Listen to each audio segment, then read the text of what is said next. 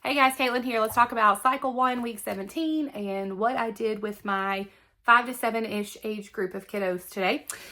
So for timeline, we did timeline bomb. I've talked about that before, but I have 3 of these little bomb pictures that are laminated and cut out, and I just stick them on the back of 3 of the timeline cards with some painter's tape and lay them down, and we sing through the song, and one kid picks a card and we flip it over, and if it's not a bomb, then yay, and if it is a bomb, then the kids like yell and explode, and then we go to the next one and sing that through again, flip another one over.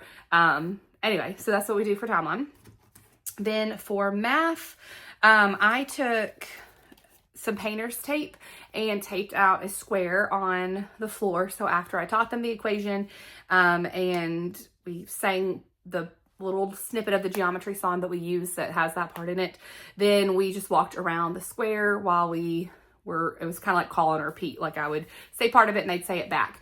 I didn't really do a hand motion for it this week like I did with the area of a rectangle last week, but in our song it says area of a square equals length of its side squared, and then they say S squared, and so we're like S squared whenever we cheered that part whenever we got to that part.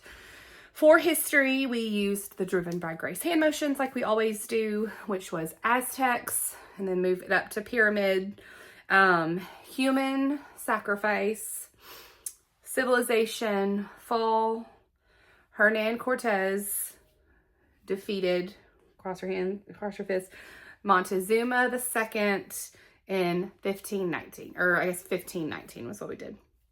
So we just used those hand motions and sang through those. The last couple of weeks, the sentences have been so short that the little visual cards that I haven't had very many of them. They've been like 6 or less, and I usually have 8 in my class. I try not to do things that, like, not everybody can have a card, or I try to work around it. So anyway, I've been skipping the visual cards the last couple of weeks is what I'm trying to say, because there weren't enough for everybody to do them, and so we've just been doing hand motions and singing.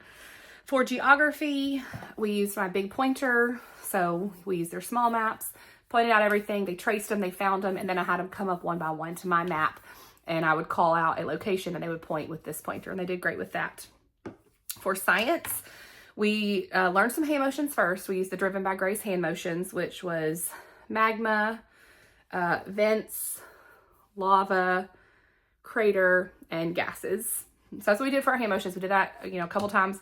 And then I had this diagram of a volcano, and I printed that out. And the file that this comes with actually has like little labels, and it's intended that it has like Velcro sticky dots, and you would like pull them off and then have your child label, stick them to the correct Velcro thing. But most of my kids are non-readers. I'll say most. Several of my kids are non-readers. And so I didn't want to they couldn't read the little words. So I just wrote with a wet erase marker in the little blanks for those who could read, but I just laid it in front of them and gave them the pointer, and I would say, okay, point to magma, and they would point, and then point to the lava, point to the vent, point to the crater, point to the gases, and we just passed it around the tables, and they each took a turn pointing down the diagram. So it worked really well, and I thought hopefully I'll help them actually know what they're talking about, and instead of just reciting words. Not there's anything wrong with just reciting the words, but sometimes I like to try to connect the dots for them a little bit. Okay, for English, it was just may, must, might. So we just said it fast several times and sang through our helping verb song that we've been doing up to that point. Most of my kids have already been doing that song at home with their parents and have that memorized, so that was super quick. And then for Latin, like I've been doing most of the weeks this semester, as we sing it or listen to it, we do exercises. So we did squats, we did wall push-ups or regular push-ups, their choice. We balanced on one leg and then we balanced on the other leg. So if you listen to the CC song through during the 4 exercises, then you get 8 repetitions technically. So that's all your repetitions and you're good. So that was our memory work.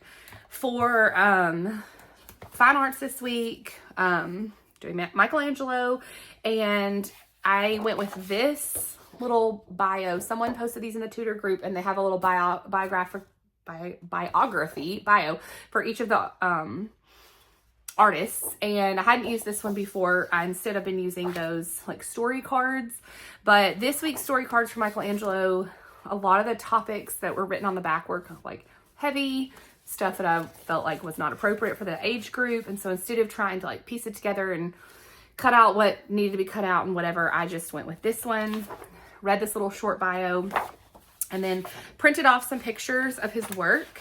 Like the Sistine Chapel. I don't remember where I got this, but it was from a CC connected file, so I'll try to link it if I can find it. And then he has a lot of nudity in his pictures, and so I tried to find like ones where it did not show that. And we talked about it a little bit in class, and you know, kind of talked about how back then it was common for there to be nudity in sculptures and pictures, but I did not show them any and said that that's something that they could research at home with their parents if they wanted. This one from CC Connected had like the creation of Adam that has it cut off so you don't see anything. So that one was a good one to be able to see it, or I did the up close of the hand since that's a pretty famous snippet of that one. So anyway, talked about that, and then we used the Inside the Lines lesson where we printed off like pictures of people that would be Sistine Chapel-ish. And the kids, we used watercolor pencils, so they colored it with pencil, and then we taped them to the bottom of the desks, or we have tables in our room. We taped it to the bottom of the tables, and they got watercolor paintbrushes and water, and then they laid on their backs, and then they did the painting part over what they had colored with their their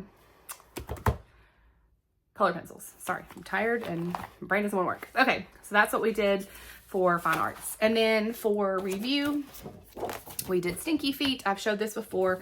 I did not create the game, but I did create the little Stinky Feet and the little cards to go with it, and that's on my blog that you can print off if you want that. I did change it a little bit this time because I realized, actually, I guess I realized this last time I did it, but I've forgotten when I did it again this semester.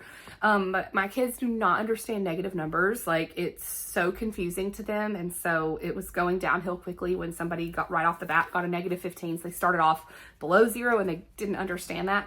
So I switched it to just whatever the number was their points. So if you got negative 15, that was really 15 points. 10 was 10 points. Thundering outside.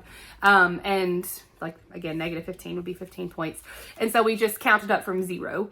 So if you have a younger group, I recommend not doing the negative. So either don't, like take out the negative ones and only hang up the positive ones, or do what I do and just tell them not to worry about the negative positive that's on the card, and we just use the number. If you have older kids, obviously the negative, they understand it and it makes it more challenging and fun. But for my little ones, I realized that was not for them. So yeah, that's what we did for review, and that is our week. So I hope that helps, and I'll talk to you guys next week. Bye.